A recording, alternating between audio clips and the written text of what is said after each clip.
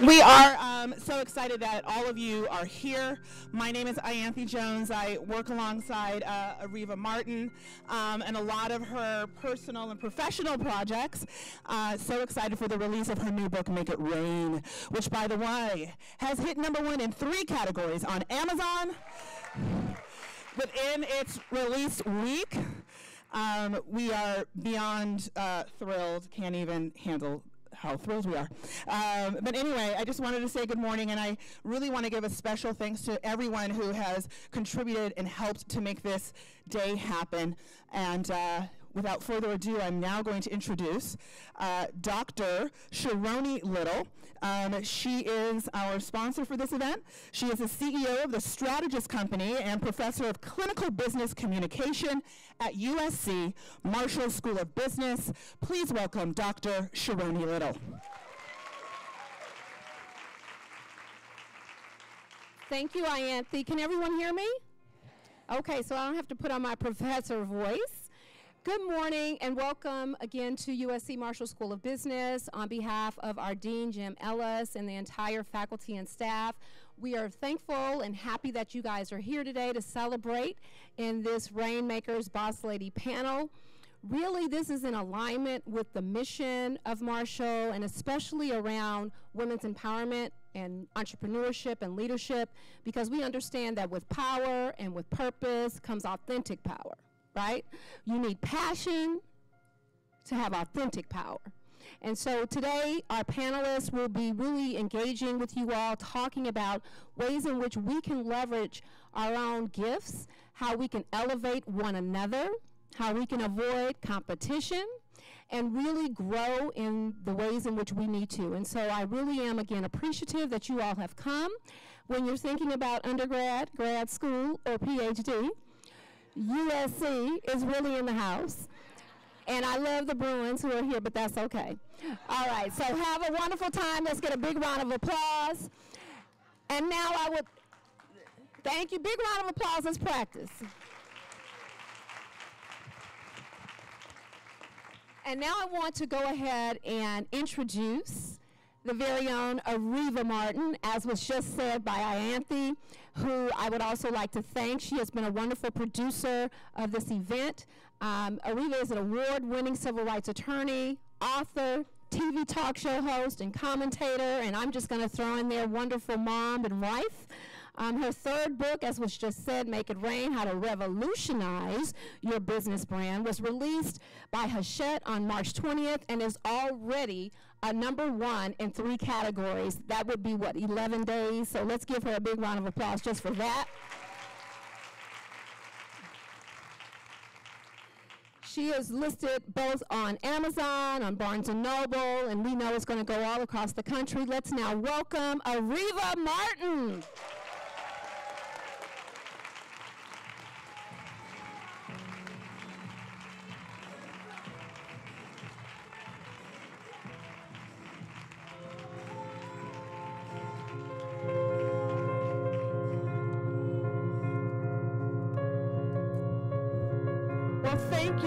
Thank you. Oh my God, look at this room. It's so amazing. All of you Rainmakers and influencers, give yourselves a big round of applause.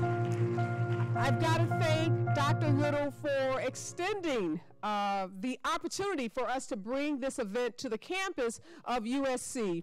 So let's give Dr. Little and the Marshall School of Business and USC a round of applause, because without them, we wouldn't be here.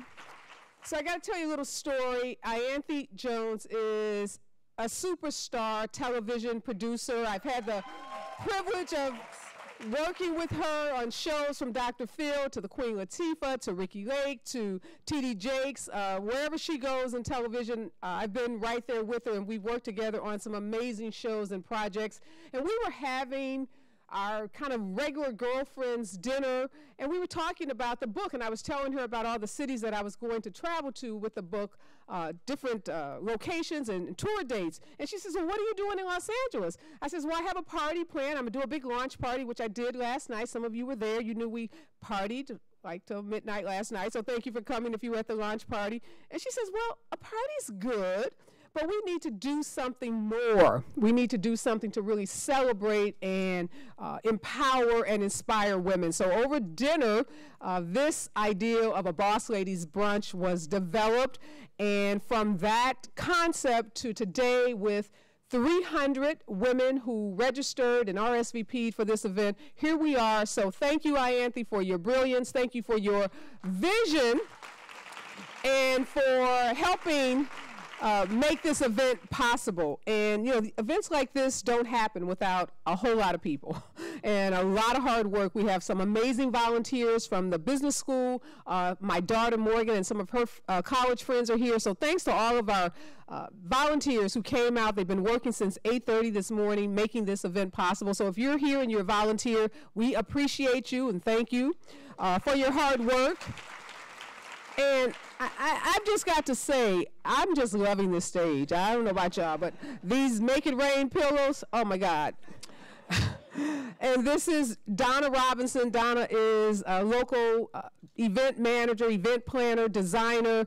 And if you've ever been to a Special Needs Network Pink Pump event, which I hope all of you will be at this year on May 20th, you will get to see more of Donna's outstanding work. She's just an exquisite designer. So I want to give Donna a big round of applause for bringing Make It Rain to life. So now we get to move into the program. Why are we here? Why is it so important that 300 women come together on a Saturday afternoon where you guys could be anywhere? You could be at the beach, you could be shopping, you could be at your kids' soccer games. So I know this is a sacrifice to be here, but I promise you, every one of you are going to leave here feeling more inspired, more empowered, and ready to find your voice, amplify your voice, and what I like to say, make it rain. So you ladies ready? Everybody ready? Everybody want to make it rain? All right, so I'm about to introduce this superstar panel. So excited about this panel. Starting off, my first boss lady today is Dea Lawrence. She is the Chief Marketing Officer of Variety. She's responsible for driving Variety's global branding and communication strategy. She oversees strategy, creative, public relations, and ad sales program development. She has the responsibility for the social media development, marketing, and production of Variety's 70 annual events and summits. She created Variety's Content Studio, which creates storytelling for brands. Her advertising expertise includes positioning media and creative ad tech platforms to Fortune 500 brands and their agencies. Please join me in welcoming the dynamic Dea Lawrence.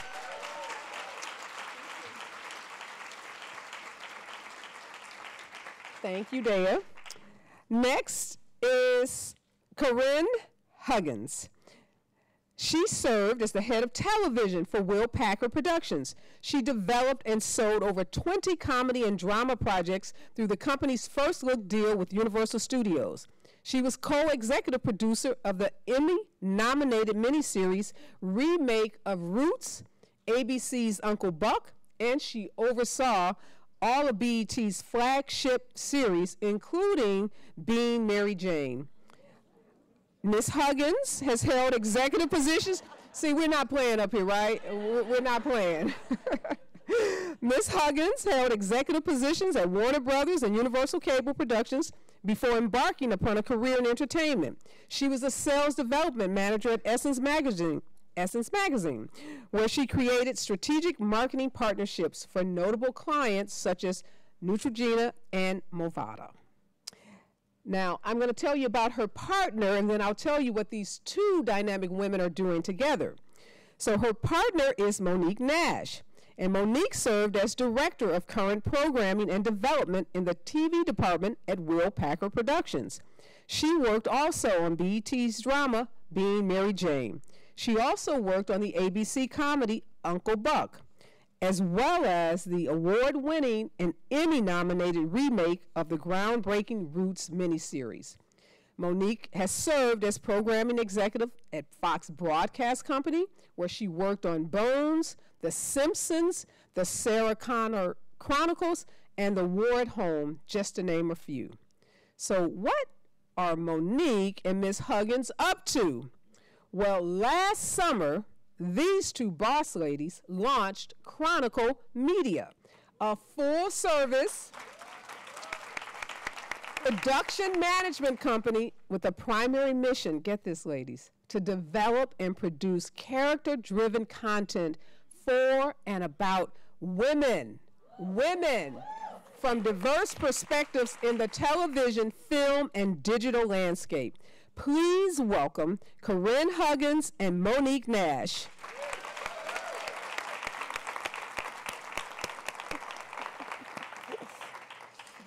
Last but not least, this lady has been slaying the social media brand game.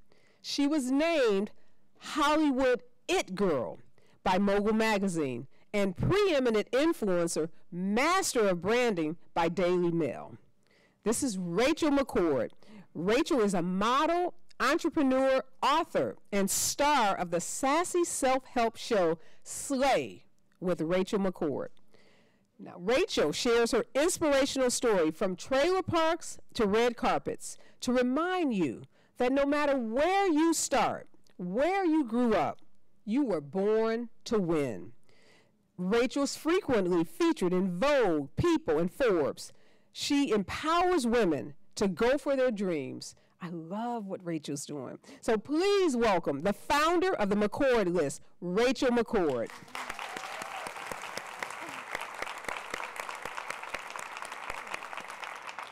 That's a whole lot of power. Give all of these lovely ladies another round of applause. I'm just so grateful. All of you are volunteering your time. Ianthe, Patrick, our amazing talent producer in the back, reached out to you and asked you to come, and without hesitation, all of you said, sure, I want to be here to empower and inspire other women. So I just can't tell you how happy I am to meet all of you and to have an opportunity to talk with you about something I'm really passionate about. I wrote the book, Make It Rain, because people were asking me about how they could get involved, how they could find their voice, how they could lift their voice on issues that were important to them. I have been speaking a lot about police brutality and policing in communities of color, and I had so many people saying, I care about that issue, but I don't know how to get my message out. So that's the first question I want to ask each of you, and I'll just start with you, Dea. A lot of these women I know personally, I know they own businesses, or either they are in a corporate situation, a corporate environment, and they have a lot to say. You know, they worked hard, they have life experiences, they have, you know, great educational backgrounds. What's the first thing you would say to someone who feels like they have a message, but they don't know how to get that message heard? Well, that's a great question. So the first thing I would say is whenever you're looking at branding, or branding yourself or branding a product, there's sort of 5 steps to it. And the first step is, who are you, right? Know thyself. Who are you and how would you define yourself? The second step is how do others perceive you, and how do others sort of look at you, and what do they think about you and your brand? And then the third step is, you want to tell a story. What is that story you want to tell? And how can you tell it in a clear and simple manner? Then the next step would be, who do you want to reach? Who is the audience that you're trying to speak to? And how do you clearly identify that audience? And then the fifth part is the really hard part. The really hard part is, once you've identified all of these things, how do you get that message out there, and how do you get that message, how do you get people to hear that message? So I think that's what we're probably going to be talking about today. And I love your 5 steps, because when I've been on this book tour for the last 2 weeks talking to women, you know, people sometimes feel overwhelmed by even the concept of the word branding. And I'm going to throw this to you, Monique. You know, for what is a brand? Let's just take it all the way back. For those people who may be saying, I don't even know what a brand is. Exactly. Well, in today's world, just about everything is a brand. So you yourself are a brand. How do you want people to perceive you? How do you, as you're in your life, in your work? And brands really are defined, sort of the notion of like identifying with it. I don't know how to kind of exactly articulate it. You want to jump in? Yeah, Jump in. Go ahead. Yeah, I think that, one of the things, is my mic on?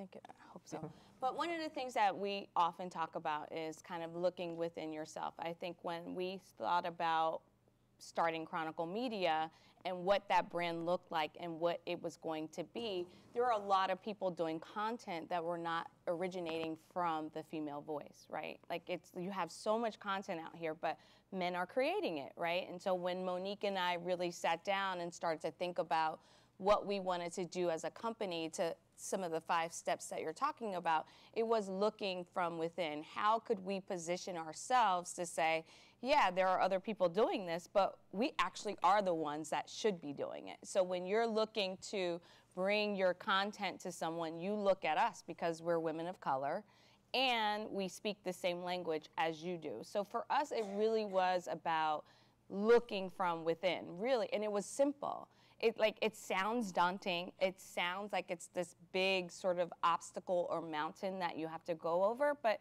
really, when you start thinking about what do you want to say, what do you want the world to look at you as? Like, I am sort of, grassroots, down to earth. That is kind of who I am as a person. Doesn't mean I don't have bougie tendencies. But I'm looking at those shoes, so I know you have some bougie tendencies. Yeah. I can't see him, but I can see him, see? But it really is about sort of starting with self. And that really then sort of begins your branding, right? And I'm sure we'll go into kind of the social media and then what that looks like. But if you're really starting from here, you already have a brand. And I want to ask the question, just by show of hands, how many people in the room today, how many of you ladies and a couple of men are here feel like you know what your brand is? Wow, okay. Right. Got a lot of people here that know what their brand is, which is fantastic.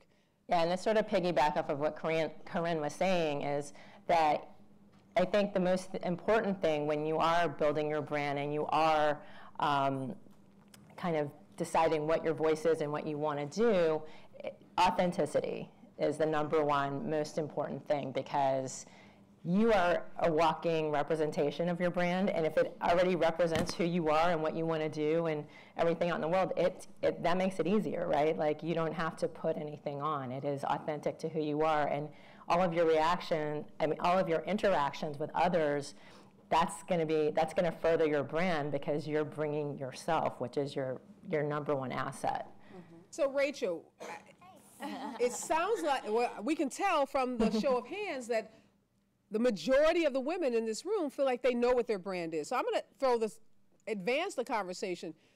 You know what your brand is. Now the next question is, how do I connect with the people that my brand will resonate with the most?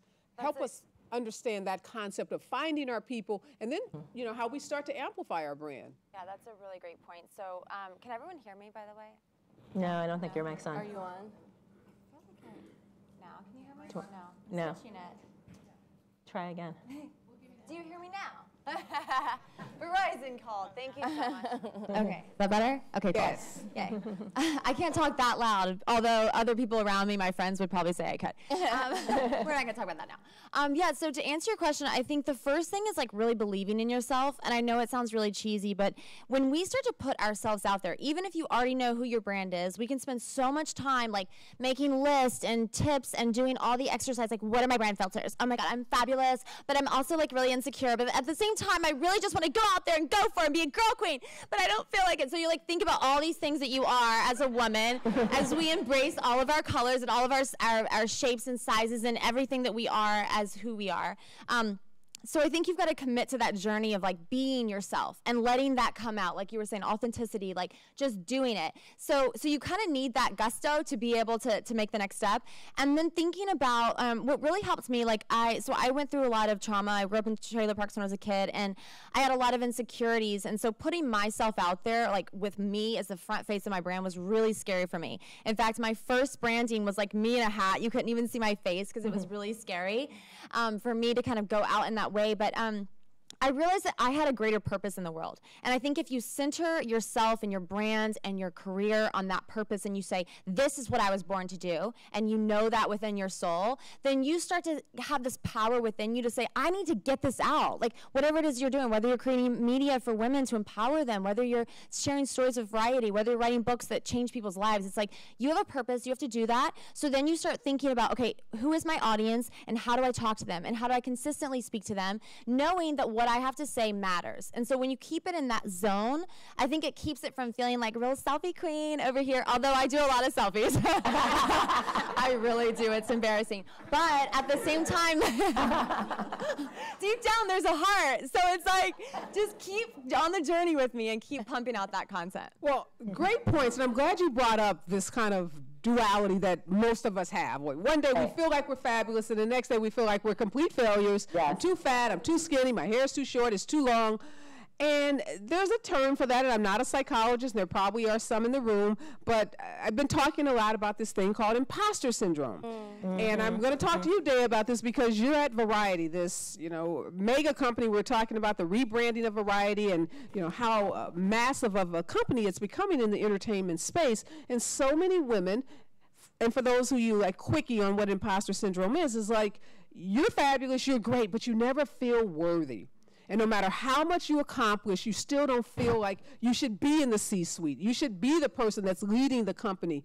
And you feel like a fraud. I mean, that's the simple definition of it. So, Dea, what can women do? And I hear this a lot. Some people say, how can I start thinking about a brand if I don't feel worthy?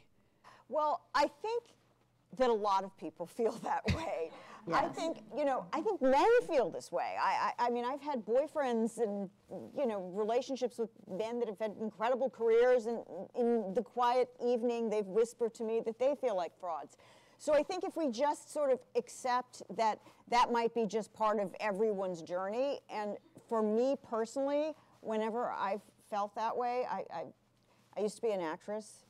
And I was the star of Vampire Lesbians of Sodom, which ran. We're going to all go home and find that. Right, so I'm going to tell you this story. It relates.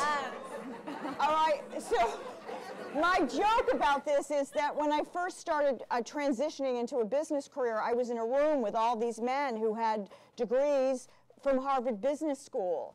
And they all turned to me and said, well, what do you think? And I thought, I was the lead in Vampire Lesbians in Sodom, and you went to Harvard Business School, you want to know what I think? And so I used, though, what I've learned from this is that nobody really knows what's going on, right? We're all making it up as we go along, even the people with the fancy degrees. So because I was an actor, I used to just pretend. And I think this is a skill that can help everybody. Whenever you're in a situation, pretend you're the expert. Pretend you know what you're doing. Pretend you're the smartest person in the room, and then eventually you will become that person. All right, great tip. Great tip. I want to talk a little about, in my book, Make It Rain, I say your personal now is public. Your personal is your public. And for a lot of people, that's scary. Like, oh my God, that means, if I go on social media, everything I do has to become public. I'm a private person. I'm shy. I don't want everybody to know what I do. Do I have to take a picture every time I go to the restaurant? I see these kids, they can't even eat a meal, without Instagramming their meal. Is that what you're telling me I have to do when I'm trying to, build my brand and project it? So let's talk a little about, once you start projecting your brand, is anything private? And we're going to put aside Cambridge Analytics and Facebook and all that. So we know there's a huge privacy issue happening on the internet and on social media. But how do you maintain any amount, or can you maintain any privacy once you start projecting a public brand? So anyone, just jump in. Yeah, I think for me, one of the things I really started to think about was, how much information did I want out about me, and then also Monique, because we do everything together. We even speak together. Like that. But what I started to do was really draw a line, and there are great ways that you can create two accounts with different names, and it's very simple. And so once I realized, okay, not everything needs to go on my business account. you know, some things that people want to reach out and touch to make people feel like I'm still human and we're really creating a company about two women and sisterhood. So those photos of us sort of being together and having fun, they definitely go out there because that gives people the realness of who we are. But then my personal private account, I don't let everybody follow me. I don't open that up to anybody. So there are ways that I sort of kind of separate the two. I didn't always do that, and then I started to realize there are some things, I'm having a bad day. We all have them, to your earlier point. And so when I want to post that quote about I'm sick of what's going on in the world or something, that doesn't go on my business account. It goes on my personal. That's my personal feelings. You can't judge me on that, and that's private. So I really have started to kind of, Kronicle media is Kronicle media, and that's where you can see all of this stuff. And does sometimes a cat go on there or something like that? Maybe, but other than that, that's really how I've started to really do the personal versus the private. Rachel, I think those are great points. Rachel, I think you and I share something. So you talk about your personal experience growing up in a trailer park. And I often talk about growing up in a housing project in North St. Louis. So we've taken something very personal, like incredibly personal, and have made it a part of our brands. So for you, talk a little about how you do that, and how do you maintain any privacy given that you share so much of your personal background? Yeah, that's a great point. And I love to see what you're doing with your story, because I think that's so incredible when you take whatever lemons you have and you make lemonade, whether they're fancy lemons or not so fancy, you take that and do something with it. I actually got hacked like years ago. My sister and I both did, when everyone was getting hacked in Hollywood. So I had to kind of get over my private Scorpio side really early, and it was really scary for me and really intense. Now I've gotten, I think, a more healthy relationship with that dynamic. I've realized that I did try 2 social media accounts, but it was impossible, because I'm like, first of all, now when I'm not on social media, I'm like not working. Like, social media is all work for me. So I'll send a text message to my friends or have like a private conversation, and that's how I get that out. For me personally, I think it's really been that space of saying, what am I comfortable letting out in the world? And I've had, those times in my life where it's up and down. Of course, like I've been in Hollywood since 2009, so my life has changed a lot. And there have been many days I'm like, I'm deleting everything. I don't want anyone to ever see me again. But I think it's one of those things where you really have to think about, hey, what do you want the end voice to be? Like, for me personally, I would never want to be that person who's like, I'm having the worst day. Okay, bye. Like, I'm going to be like, I'm in a hard season right now, but I know a lot of you are in that season too. And I just want you to know you're not alone. Everything might look pretty on the outside sometimes, but sometimes it's a freaking mess. I don't post a picture in that moment. I post an older picture that's cuter, but I like I really don't, because I'm an ugly crier, and I'm usually on a beach in sweatpants with my chihuahuas, and I'm like, yeah, that's a great photo. I'm gonna do that. But I like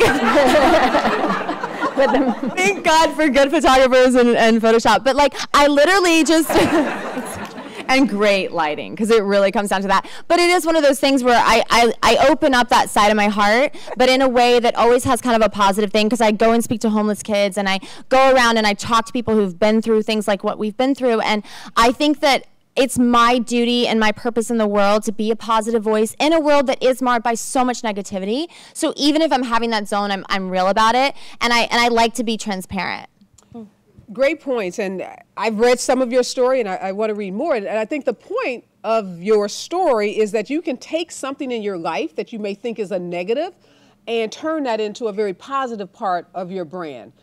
So if it's not about hiding everything, and sometimes people feel like I have to present like the best me on my best day every day, and that's not life. And people want to know the authentic. We've talked about authenticity. They want to know the authentic you, and it doesn't mean you have to share yourself, as you said, when you're, and you're crying or you're weeping or you're really down. But people don't really like people that seem just too damn perfect. Like, yo, is together all the time. Right. No. Well, I think, and I'll tell you, a lot of my followers and a lot of my branding, when I started sharing the story of my son's autism, for a lot of people, that's like, not that they were glad that my son had autism, but it's like, that's a real thing that happens to real people. And no matter what we see or read on TV, but she a mama with a son with autism.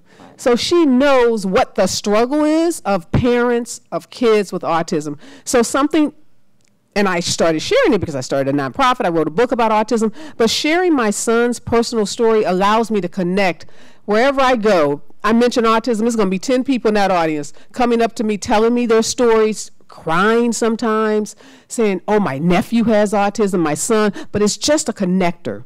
So there may be something in your background. Maybe you've been addicted to something, or you've been fired 5 times, or whatever, and you feel like you don't want anyone to know it. And the minute you say, I got fired 5 times for a job, everybody in the room starts saying, girl, let me tell you about how many times I've been fired. Yes. So don't think that because it's something that you know, all bad things aren't bad things. So you can turn something, you know, that's happened to you into something that really speaks to the hearts of other women. Because when we find connectivity, you've been through what I've been through, that creates an incredible bond. Yes. So I want to move on, and Dan, I want to ask you this. You gave us those 5 great points. What are the biggest mistakes you see women make, you know, when they're developing their brand and they're building their platforms and they're putting themselves out there? Talk about, you know, I'll go down because I want to hear all of you on this. What are some of the mistakes you see women making? Well, I think we touched on not being authentic, right?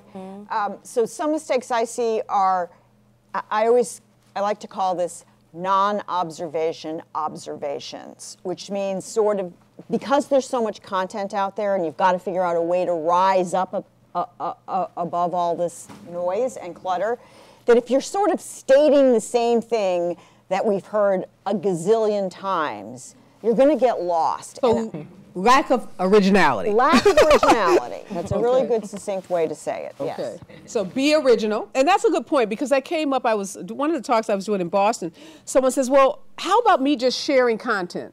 I said, sharing content is great, but ultimately people want to hear from you. What do you think about what's happening? I get to know you when I learn about your thoughts. And you can share great content, and it's good to do. And it tells us a little about what you read, what you like, but ultimately, what's your original thought on that? Where's your voice on a particular subject? So I like that idea. How about you? Yeah, I was going to say, you have to have a perspective. Yeah. You know, you have to really have a clear perspective on, you know, some of the things that are true for you. And the theme, I think we keep saying, that we keep hearing, is that it all comes back to you, right? It all comes back to how you want to represent yourself, how you think about things. But the other mistake I think people make, and again, we've already talked about it, but it's that you are, you're exposing, but then you're overexposing. Because there could be a balance. Like too much information? Yes. Too much. There is a balance. And I think, you know, right now, when you have people that can now seek you out and look for you, if you had those old photos of you in your bikini where you were not really supposed to be out there like that, that is going to have an effect on your brand. So there is a balance in sort of exposure and overexposure. And you have to have a perspective on what that looks like for you and what you want people to perceive from you. So we've heard lack of originality, overexposure, or too much information. Yeah, Monique, I agree what's with your those tip? things. And I think, too, for people that are kind of more in the sales business, that they're always like kind of hard selling. And that's kind of the only content that you're getting from them, or the only messaging. And you want a lot more of the, you know, everything now is sort of like lifestyle oriented. So you want the full picture of the person and their life, and how whatever they're selling, so that by the time they are selling, you're like, oh, I'm invested in who this person is. I want to be, you know, I want to be like this person, or I want, you know. So then you're more inclined to buy, but the hard sell all the time is, for me, like a huge turn off. So I'm going to rephrase that and just say, branding is not self-promotion. Yes. It's not a big billboard. Hey, look at me, I'm fabulous. That's not what branding is. And so what Monique is talking about, building authentic relationships. And I'll tell you, Debbie, our beautiful photographer, she and I did some photographs a couple of weeks ago, some lifestyle photographs, sitting in beautiful chairs like this, on a couch and in a hotel. And just those lifestyle pictures, not Areva at CNN, not Areva again on TV, blah, blah, blah, Areva. Just in a nice, beautiful sofa. And the response to those pictures and that message was just amazing. So now we have, I'm keeping a list. I don't know if people are taking notes. I'm very literal. We have originality. We have don't overshare.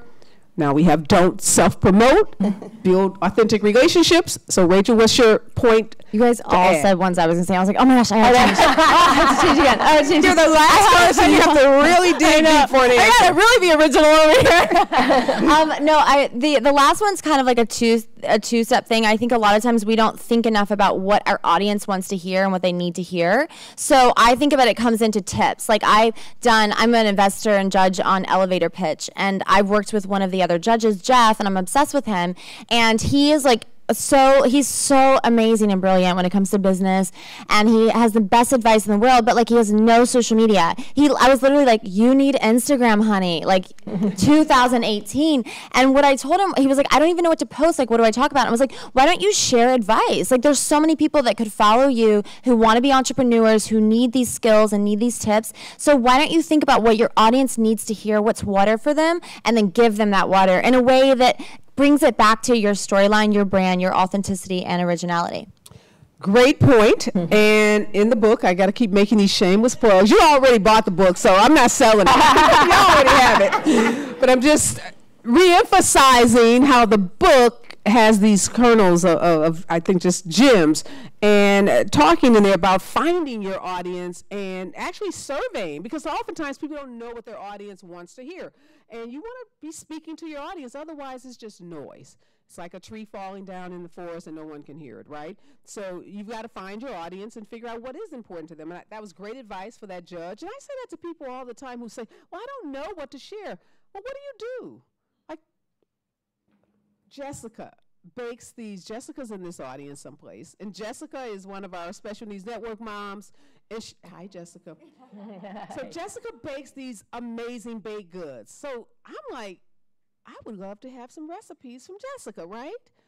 Maybe some little videos of Jessica making these great baked goods in her kitchen, sharing with us how she uses these baked goods to help our families in Special Needs Network. She delivers these baked goods when we're doing events in the community. So she does have a lot to share. And to the points that everyone's been making up here, you have more sometimes than you even know. You're more powerful. You're more knowledgeable than what you may give yourself credit for. And so when we talk about this imposter syndrome, I think it's really important to get centered, as Dea said, on what strengths you do have, because you'll find you probably have a lot more than you think. So now I want to ask this question, because I have some also friends in the audience. I'm not going to call you by name, but I could, because I have a list. Their social media, Rachel, this is going to drive you crazy. They have eggs. Eggs, you know, they don't have a picture. Oh my gosh. I know. Wait, whoever this is, take your phone out right now. I know. There are some audience members who have eggs. Don't raise your hands. This is not an outing session. But really, there's some women, and we're not going to talk about age because we're all like 25 and fabulous. Yes. But there's some women who feel like, you know, social media is a little challenging for them. So what tips can you give those women who are feeling a little hesitant to jump in because they feel like that's something their kids do, or that's for the millennials? You know, Instagram, oh, that's what my son or daughter does. Give us some, like, you know, quickie things that everyone can do, no matter what age you are. We know you can take a picture. So eggs are just like, really, no excuse for that. So tell us some like quick things we can do. Yeah, so the first thing is get a really good photographer. I think we've got one up here on front row. So yes. Because that is hard. Like, especially as a woman, you start noticing your face changes, your body changes, and it's like, I really don't want to go out. But the farther they go back, the better you look. I'm just saying. So worst case scenario, we can always be like, you're going to shoot me from like way where the exit sign is? Thank you. Like, that's great. So, and have a really powerful, have a really powerful profile pic. Like, that's so important because when you're commenting on other people's things, it's like you want them to see that and capture the essence of who you are. Think a lot about that description, that bio. Don't just be like, I love my eggs easy scrambled and I love to ride horses, because people won't really connect with that. You want to do something like, hey, this is what I believe in, this is what I do, like whatever, like lets your personality come forward. And it's called social media because you actually need to be social. So go on, like other people, comment, engage, follow. We're gonna have a social media bar upstairs after this, so I will actually be there and can give you guys one-on-one tips if you have specific questions about the tools and stuff. But I am all about Instagram personally. Okay, so the first tip is get a great photographer, take a good headshot photo picture. The second one, what's the second? The second one is just start creating great content, but also mainly that bio. Like, get a really good bio description that lets your personality come forward. Okay, so what's content? What is content? Yeah. It's everything. This is content. Your book is content. There's so many things you can do. It doesn't have to all be focused on you. And the reason I'm asking that question is because when you say content, people think, oh my God, I got to write like a 10-page article. No, please don't do that. Okay, don't so do just that. make it simple that content is like everything, like a sentence, like a picture. Yeah, so we're creating content. We're all on Facebook Live. So when you get back to, you can go to your Facebook page now. You can jump into the conversation. We're streaming this live because we want women all over the world to see that we're here, that we're celebrating women, and that we're having this important discussion. So we're creating content as a part of this panel. So picture, content. A third thing for people who are a little hesitant? Engaging with people on social media. But just remember, like, it doesn't Okay, have so to what's be all about engaging? you. So engaging is literally going on your, I'm sorry, she's like, you need to break this down way low. I just want it I real love her. simple. She is calling me out. I just want it real simple. So good. That's that lawyer in me. So Yeah, that's no, I okay. like it. She's like, but were you really there? I'm like, I don't know who I am. Well, I'll try not to cross-examine you too much, but I want everyone to leave with these tips. So picture, content, engaging is what? Sharing? Engaging is following other people. It's liking their pictures, commenting on their pictures. I also do a lot of DM groups, and DM stands for direct message. Thank you. So if you guys want to talk, I'm getting so good at that. You're teaching me so much.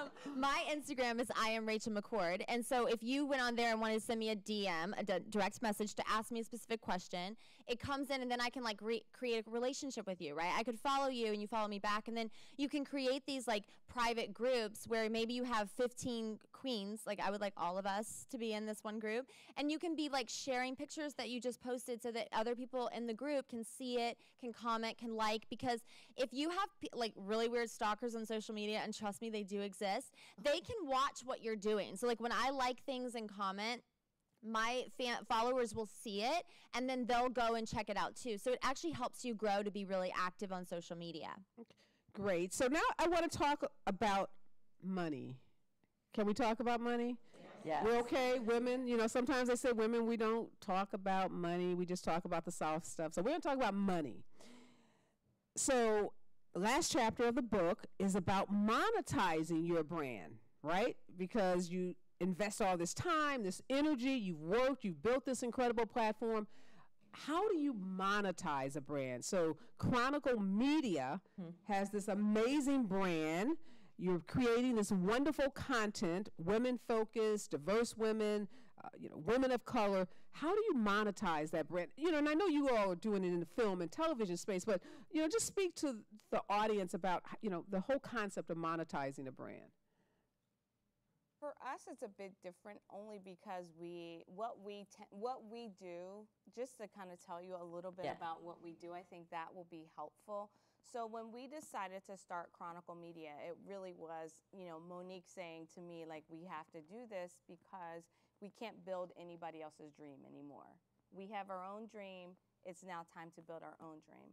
And so we really took a step back and decided to be independent in that, which was huge because what we could have done is been sort of like a subsidiary of one of the major studios in town, right? So that would have been like your Warner Brothers, your Universals, all of those places that you've heard. NBC, we could have said to them, come finance us, right? And then that way we can supply content to you guys. Content meaning some of the shows that you guys have heard about that Monique and I would put together with writers, directors, actors, right? So we made a very clear decision at that time not to become a part of that. Why? Because we would have lost ownership, right? And ownership is key in any business, right? That's right. In Yes. any business. That's what you want, to own your own brand, to own your own marketing, to own your own content, and then sort of if you have people helping you, great, but you are the executor of that. And so we decided that early on. So when it comes to us monetizing, then it became about us becoming producers, right? So that was tapping into sort of the relationships and the people that we knew in the entertainment business, which collectively we have 15 years of experience. So then we had investors come to us and say, look, we want to invest in you. We want to invest in what you have. And very early on, we had investors come to us and say, but give us 50%. We said no. Why? Because we want to own 100, right? And so that's always a hard thing. That doesn't mean we're rich. That just meant we understood kind of what we needed to do. And so for us, monetization comes from ownership, right? And so as we're creating and developing and selling content, we are building a library. And so and then what happened was studios and networks came to us and said, oh, well, we want to be a part of at least something you're doing, which means we know what we're doing is the right thing, right? Because they keep coming to us. And so what we decided to do was create small strategic partnerships with studios in town, right? So we said, great, you guys want to be in business with us? Here's what we'll do. We will develop X amount of shows with your studio for your network for X amount of dollars. Our former attorney, our agent said they will never do it. Guess what, guys? They're doing it. Great, great. Yeah. So, and I would. So that is how we began to monetize our brand. It was very strategic, and I'm sorry, Mo. What we decided to do was make strategic alliances where we knew we could retain independence and ownership, and then that would sort of grease our wheels the way we needed it to be, and then sort of propel us and give us even more gravitas in the entertainment industry as we moved on. So you wanted to, and just to sort of, we're, like Korin said, we're TV and film producers, we're in the entertainment business.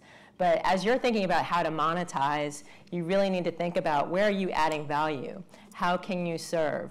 And those are the ways that you're going to be able to turn whatever it is that you're offering, whatever service or good that you're offering, that's how you're going to be able to monetize that.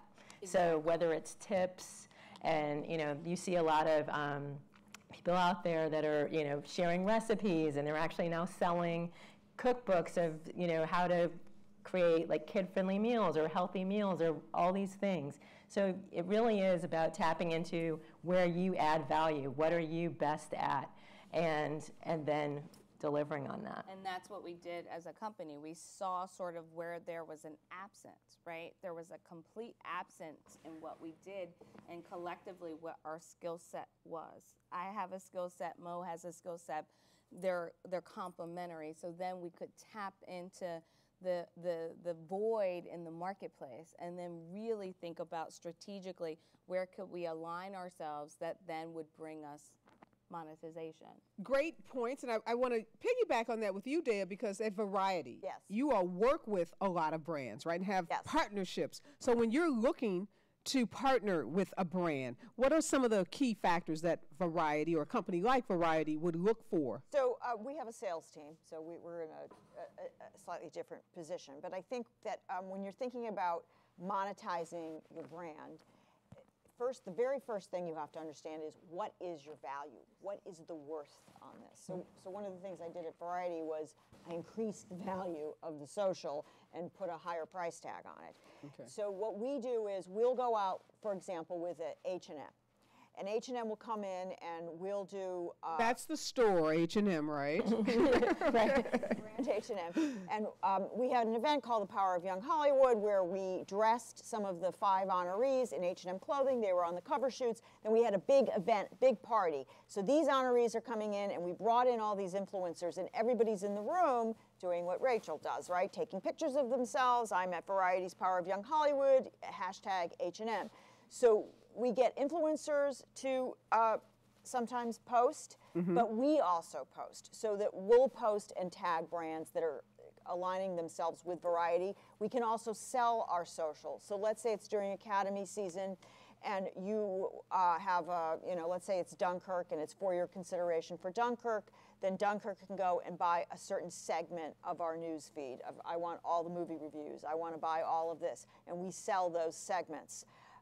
But you bring up a good point about that young Hollywood influencers event. Yes. What are you looking for when you decide those 5 influencers that you want to bring in to this H&M event? Right. Like, so what is the criteria? So the criteria is that everyone has to have they have to have at least 1 million followers. Okay. Right. So you need volume. So I think if you're going to try and monetize your brand as an influencer, you first you've got to have a lot of people following you, and you've got to have a high engagement. So we look at volume, we look at engagement, and then, we look at we always have to confer with the brand to make sure these are the people they want to bring in. Yeah. And I want to highlight that point because that's important, and I talk about that in my own social, about the difference between having a lot of followers and having a lot of influence. Because you can have a lot of followers, but you have very little influence. Influencers can move people to action.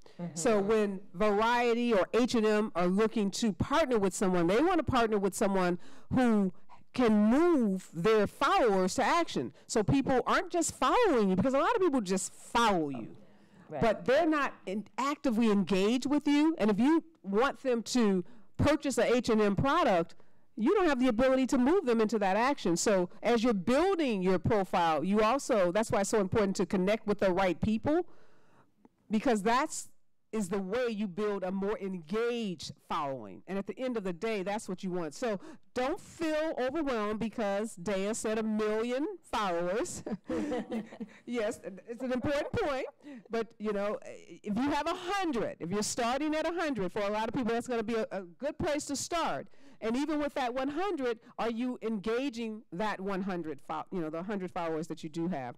I'm getting the wrap up from our producer to start taking some questions. So we have some time. Go ahead, Korin. Absolutely.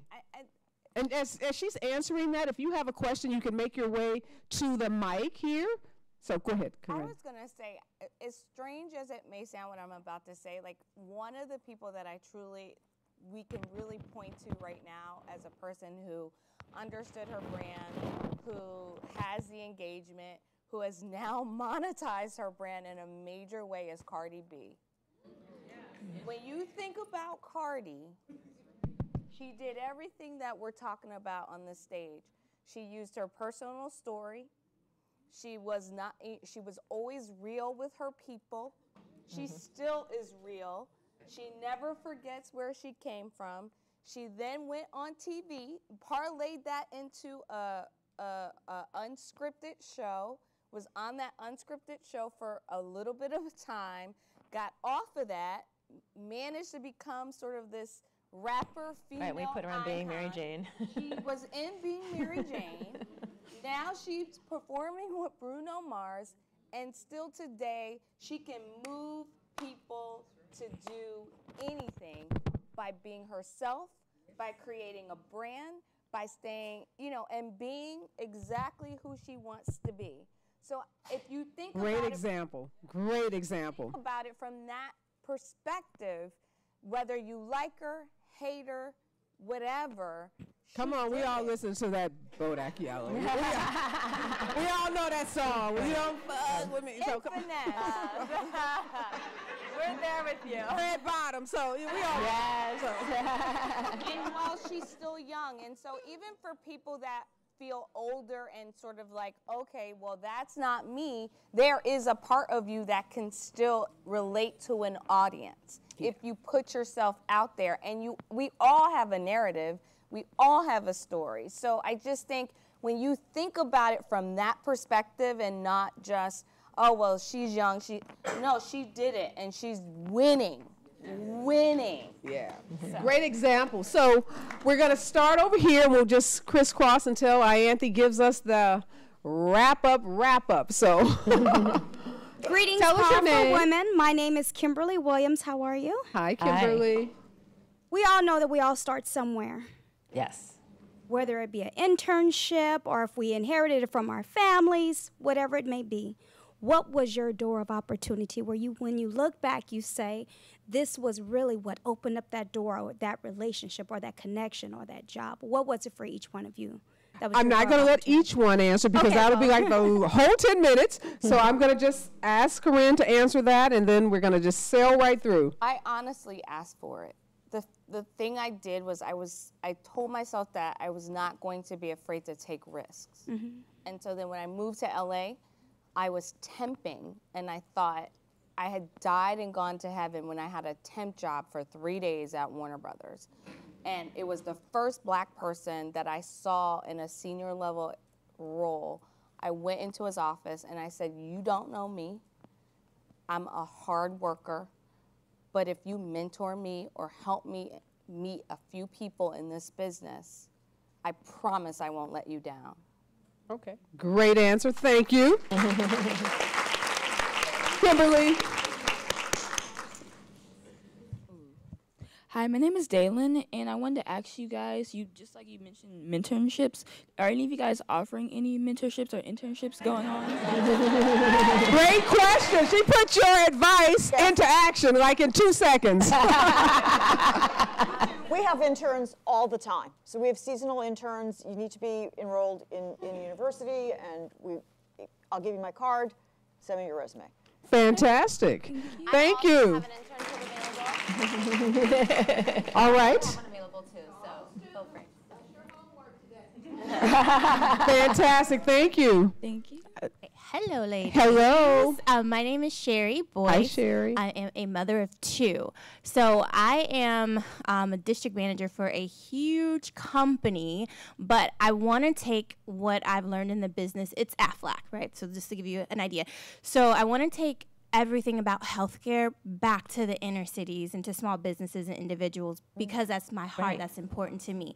And I want to do it through social media. Like Carly B, I just had to ask her behind me, who is that? I have not been on social media since I had my 2 babies. We love your authenticity. I'm so Love it, we behind. love I it. have to catch up. So I'm your friend now, so I'm going to follow you. Oh, yay. New bestie. How do I become, and I have tons of followers, but I'm definitely not that influencer. So when you said that, I was like, oh, I got to ask that question. How do I now turn thousands of followers that I have both on Facebook and Instagram and now become that influencer to be able to get both my brand and my heart out there? Yeah. I'm going to let Rachel answer that one. Okay, I think what you have to do is start to really engage with them and find out what they care about, because I love the point, being influential is a bigger difference. Look at it like this, it's about moving the needle. For a brand, it's about sales. For you, it's about activating this passion, this dream that you have to help inner city, which I love you for that. Like, that's amazing. So I would say start engaging with them, start figuring out what they care about, get them onto your mission, and like think about maybe hosting an event in the community and see who shows up and how you can start like really like getting really grassroots with it. It's really powerful. And then also, I actually built my own network of influencers in Hollywood because I knew it was stronger together. So find some people who have similar passions and get them to tag on with what you're doing. Great answer. To my left. Good afternoon, everyone. I'm Dr. Kennedy, and it's Hi, my Doctor. pleasure to meet you all. My question is mostly focused around perception. So, as a cute black girl, You are. That you are. also very smart, I'm often told that I'm intimidating, and that scares people. So how do I package myself or position myself in light of stereotypes that are filtering in our social narrative that position women of color, darker skinned women of color, maybe that have natural hair, also that might wear, you know, indigenous clothing as something other than fearsome. And, you know, I've been dealing with that for a really long time, since I was like 8 years old. That's an amazingly excellent question, and glad you brought that up. I'm going to have Dea address it, but I just want to tell you my own experience. So I went to Harvard Law School, and if you ever went to like an Ivy League school, and you Fight on. Okay. I graduated here. Cool. So there's a perception of what you should look like if you are a Harvard Law School corporate lawyer, and I'm like the total opposite of that. And so sometimes it's about, you know, being who you are. You got to learn to be who you are and comfortable in your own skin, because people become more comfortable with you when you are comfortable yourself. I was talking on TV about the Me Too movement, and someone wrote me an email, took the time to go find my website, find my email address, to try to slut shame me. And oh my God, Miss Martin, what you said was, you know, I was following you, but then I looked at your dress and just, you know, went way off on me.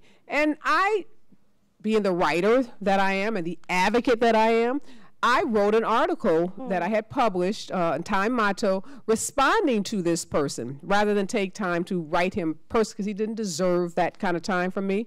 But I use it as a teachable moment to talk about why women should be able to wear whatever the hell we want to wear. If you knew anything about me, I love fashion. I dress however I choose to dress, and it's fashion forward. And it doesn't say anything about my smarts, my intellect, my ability to articulate. And I'm on national TV talking about Me Too all the time. And so you can turn what you're saying has been used against you into something very powerful. I would start writing about it and talking about your brilliance and the power of women of color with natural hair, weave hair, whatever kind of hair you have. That's you, and you embrace that. And that's a powerful message that I think sometimes we're too worried about what other people, how they define us. You know, your brand is your brand, and you define it or someone else will. So I would talk about that natural hair. I would talk about that dark skin. I would talk about that lovely outfit you have on. And you're going to connect with people that say, oh my God, I just started wearing my hair natural. Going to empower so many people by doing that. I can't give you a follow-up because these lines are long and Ianthe will kill me, but I want to have Dea just respond. I mean, I think that that was an excellent answer you gave. I was going to say, just go with it. You know, it's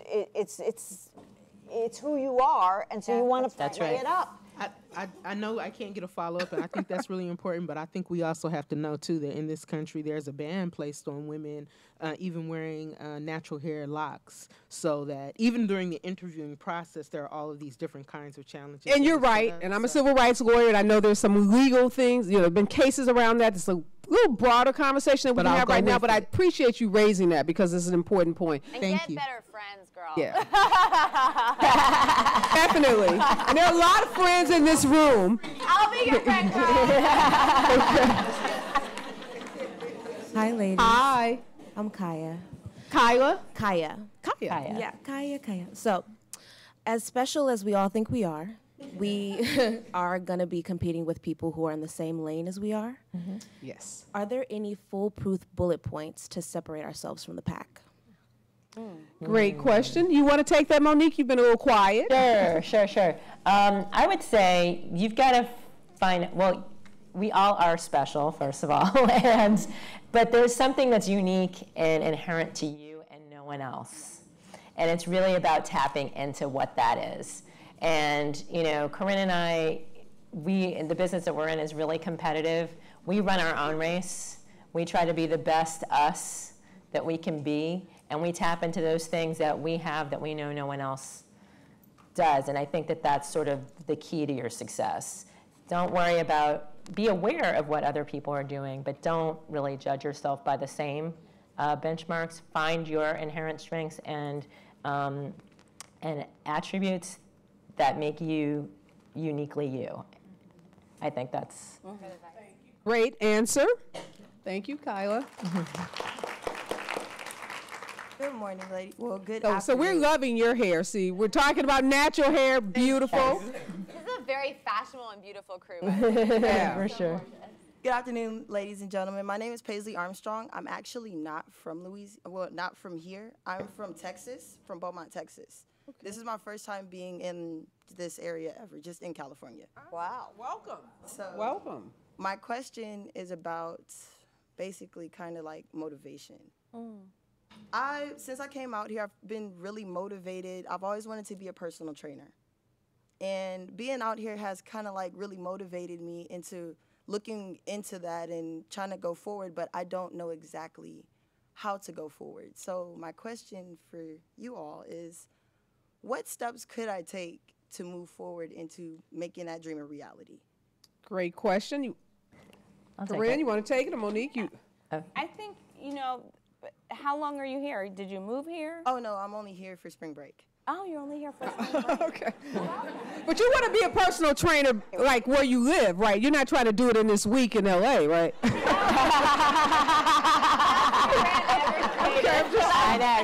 I just got to break that down, right? You just mean as a career. As a career. No, I want to make that part of my career. Oh, you okay? Okay, so you're from Texas. Yes, ma'am. Is there anybody in Texas who is a personal trainer that you like?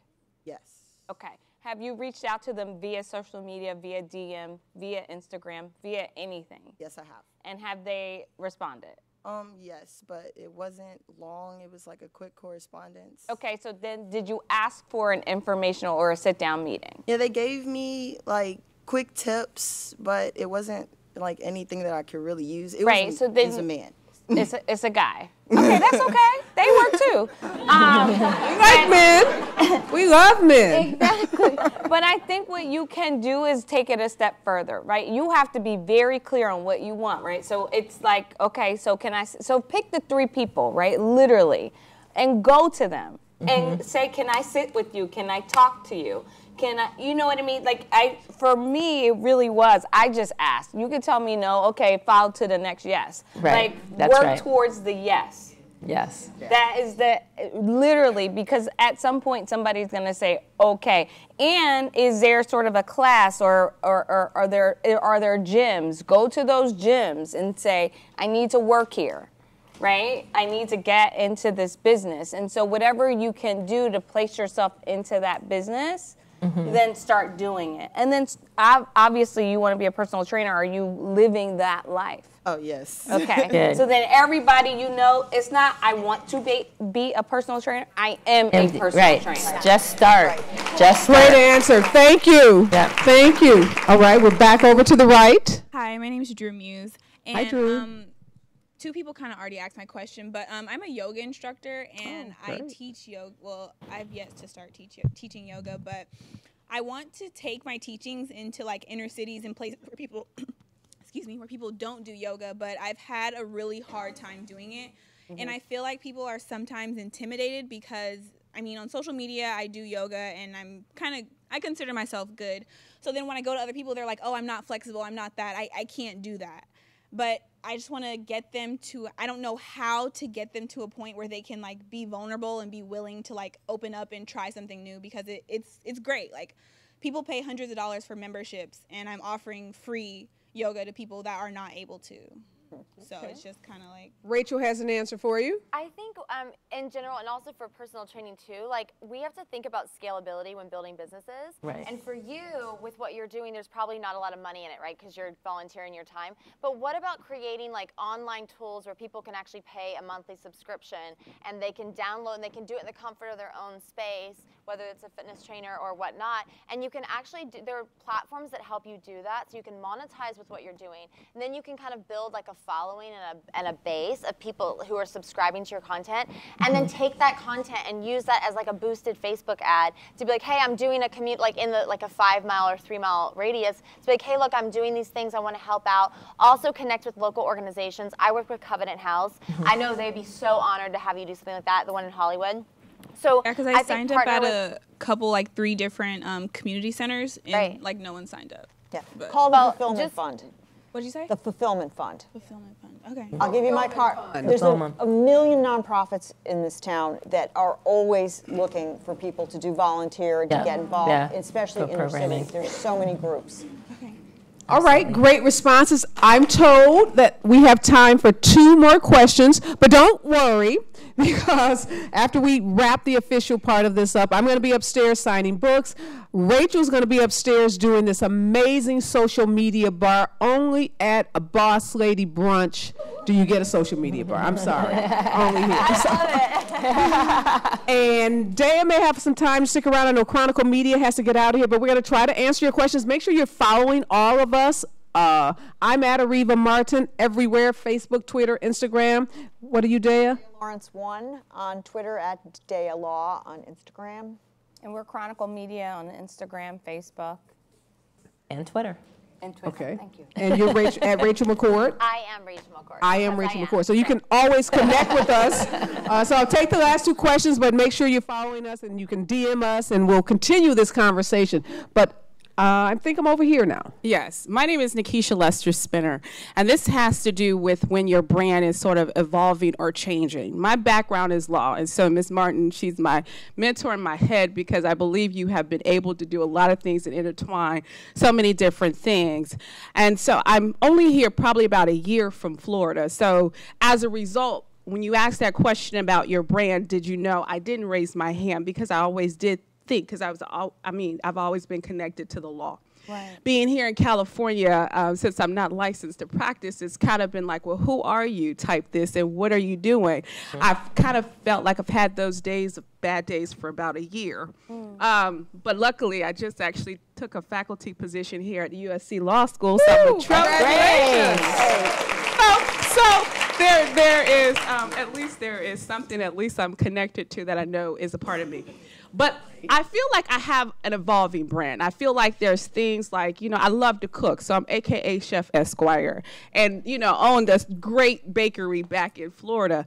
But sometimes when you try to, and when people know you as, hey, you're a lawyer, you're this, and you're now in the, kitchen cooking, which my kids can appreciate with 3 sons and then a 4th son on the way, sometimes people don't take you seriously. It's like, but you're a lawyer, or but that's not law. And I feel like you can do other things and connect it and still build upon, because I don't want to start over, because I can't tell you how old I'll be next month. Okay. I just want to know, I think we got the question. Okay. How do you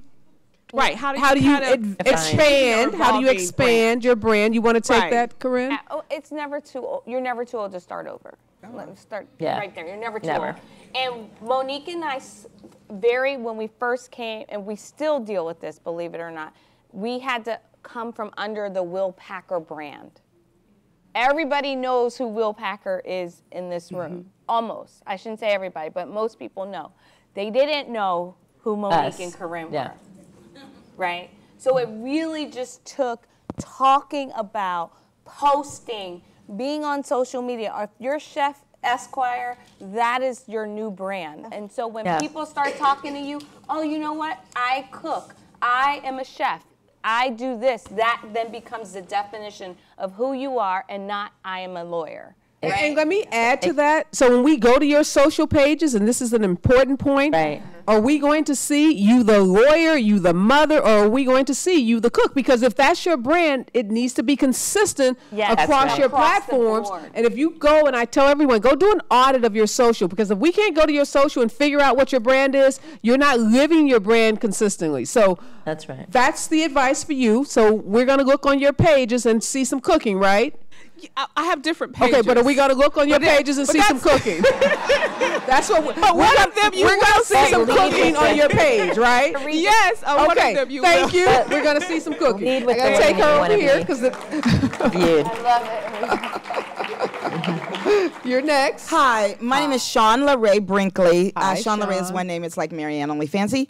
I'm a licensed marriage family therapist and a life coach and a trauma recovery specialist. So I'm trying to sort of redefine and redirect that, because I have recently quit my job and now I'm in private practice. And so I've been doing the social media. I've been trying to post. It's really taxing, but it's fun, but it's just hard to do when you finish seeing clients all day to come home and do a video.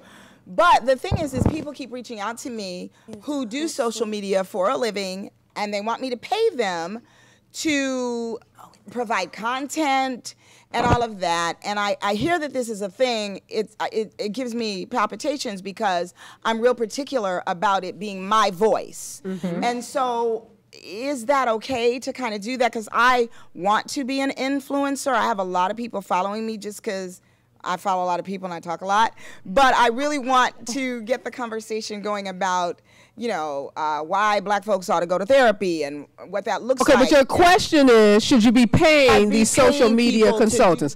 Okay, Rachel, you take this question, please. Yeah, I think that's really good. I personally do not let anyone else post for me except me because I have to be real with my voice. And I tried it and it was really bad, and I was like, oh my God, I deleted everything.